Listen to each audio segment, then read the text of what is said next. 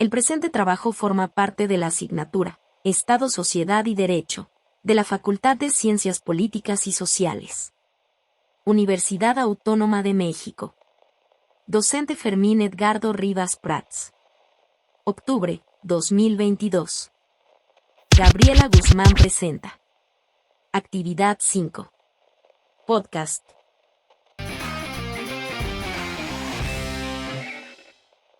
El tema de este capítulo es Estado de Derecho y Dignidad Humana.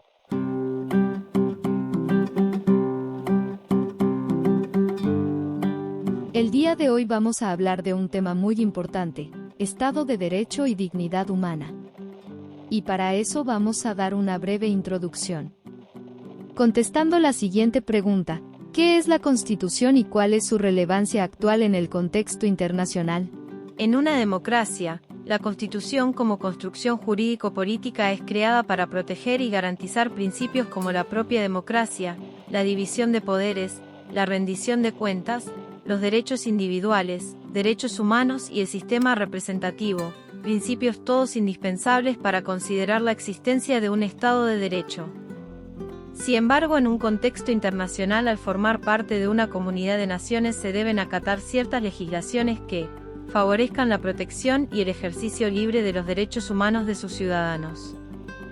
Como vemos, este tema es bastante interesante. Desarrollamos una serie de preguntas para profundizar en el tema. Comenzamos. ¿Cuáles son los tribunales regionales en materia de derechos humanos? La Corte Interamericana es uno de los 3 tribunales regionales de protección de los derechos humanos, en conjunto con la Corte Europea de Derechos Humanos y la Corte Africana de Derechos Humanos y de los Pueblos. Menciona el principio de derecho internacional en caso de violación de una obligación internacional que produzca un daño. El principio de subsidiariedad, según Ferrer, 2009, supone que los Estados miembros, a través de los jueces nacionales y, en último término, del Tribunal Constitucional Nacional, deban ser quienes establezcan, en primer lugar, la jerarquización y el balance de los derechos fundamentales. Solo si esa definición del contenido de los derechos fundamentales previstos constitucionalmente llegase a afectar el contenido de alguno de los derechos fundamentales de fuente internacional, el Tribunal Regional debe intervenir a efecto de que se repare la violación respectiva. En la sentencia al caso Castañeda Gutman versus Estados Unidos Mexicanos, el que el Estado, México, deba, en un plazo razonable, completar la adecuación de su derecho interno a la Convención, ¿se trata de un ejemplo de recepción del derecho internacional? Claro que sí, puesto que la inexistencia de un recurso efectivo constituyó una violación de la Convención por el Estado parte, y un incumplimiento de su deber de adoptar disposiciones de derecho interno para hacer efectivos los derechos establecidos en la Convención, en los términos del artículo 25 de la Convención Americana de Derechos Humanos, en relación con los artículos 1.1 y 2 de dicho tratado. ¿Cuál es la importancia de los derechos de participación democrática para la igualdad, la no discriminación y el Estado de Derecho? Sí, bueno, según Ferrer, 2009. Son obligaciones positivas para el Estado tendentes a que toda persona que formalmente sea titular de derechos políticos tenga la oportunidad real de ejercerlos. Estas obligaciones positivas consisten en que los Estados deben organizar los sistemas electorales y establecer un complejo número de condiciones y formalidades para que sea posible el ejercicio del derecho a votar y ser votado.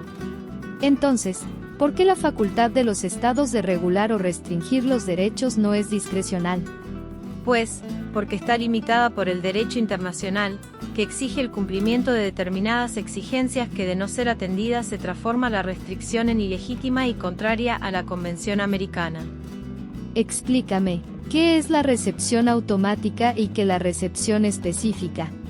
La recepción automática es cuando un Estado se suscribe a un tratado internacional, una vez cumplidos materiales y formales de incorporación, constituyen fuentes internas de fuente internacional, lo que implica su aplicabilidad y obligatoriedad en el ámbito doméstico. Mientras que una recepción específica requiere una aprobación previa a través de un acto normativo interno, ley o decreto, esto de acuerdo con Ferrer, 2009. ¿Por qué la Convención Americana constituye derecho interno para los Estados parte? Porque citando nuevamente al Ferrer, 2009 una vez cumplidos materiales y formales de incorporación, constituyen fuentes internas de fuente internacional, lo que implica su aplicabilidad y obligatoriedad en el ámbito doméstico. Esto implica que los tratados internacionales sobre derechos humanos tienen eficacia directa en los territorios de los Estados miembros que los hayan adoptado. Explica la perspectiva formal y material de los tratados internacionales incorporados a nuestro sistema jurídico, su relación jerárquica con la Constitución y el control del poder. Bueno, en el caso de México en relación con el sistema de fuentes, la posición jurisprudencial histórica de la Suprema Corte ha sido en el sentido de que los tratados internacionales se encuentran jerárquicamente por debajo de la Constitución. Así, los tratados internacionales están sujetos al control de regularidad constitucional encomendado al Poder Judicial de la Federación, de conformidad con el texto constitucional en relación con el sistema de fuentes. La posición jurisprudencial histórica de la Suprema Corte ha sido en el sentido de que los tratados internacionales se encuentran jerárquicamente por debajo de la Constitución. Así, los tratados internacionales están sujetos al control de regularidad constitucional encomendado al Poder Judicial de la Federación, de conformidad con el texto constitucional, Ferrer, 2009. En tus propias palabras, explica el caso Castañeda Gutmann. Pues verás, el 5 de marzo de 2004, el señor Jorge Castañeda Gutmann presentó al Consejo General del Instituto Federal Electoral una solicitud de registro como candidato independiente al cargo de presidente de los Estados Unidos mexicanos para las elecciones del 2 de julio de 2006, y fue notificado el día 11 de marzo de 2004 que su solicitud era improcedente puesto que el registro de candidatos para cargos de elección popular está reservado únicamente a partidos políticos, y que el plazo para dicho registro ya había cerrado puesto que la fecha límite para el registro era el 15 de enero. Derivado de lo anterior, el afectado presentó una demanda de amparo cuestionando la omisión del Poder Legislativo, debido a la afectación de su derecho de votar y ser votado sin la necesidad de pertenecer a algún partido político. Sin embargo, este fue desestimado. La Suprema Corte, en relación con el tema de mérito, emitió una serie de criterios que reafirman que la actuación del legislador electora no es impugnable por los particulares en defensa de sus derechos fundamentales de participación democrática. Y ya por último se presentó una denuncia ante la Comisión Interamericana de Derechos Humanos, por diversas violaciones a la Convención Americana, y se solicitaron medidas cautelares, para permitir el registro de la candidatura mientras se decidía la admisibilidad y fondo del asunto. ¿Cómo ha cambiado este caso el entendimiento tradicional del derecho nacional en la concepción del Estado como soberano?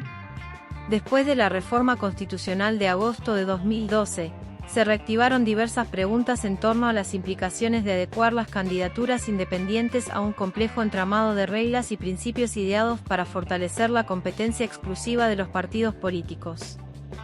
Si bien la introducción de esta figura significaba una gran oportunidad para mejorar la calidad de la representación política, también propició cierto escepticismo en cuanto a posicionarse como una auténtica alternativa de participación. A ver, ¿puedes mencionar ejemplos de candidatos independientes?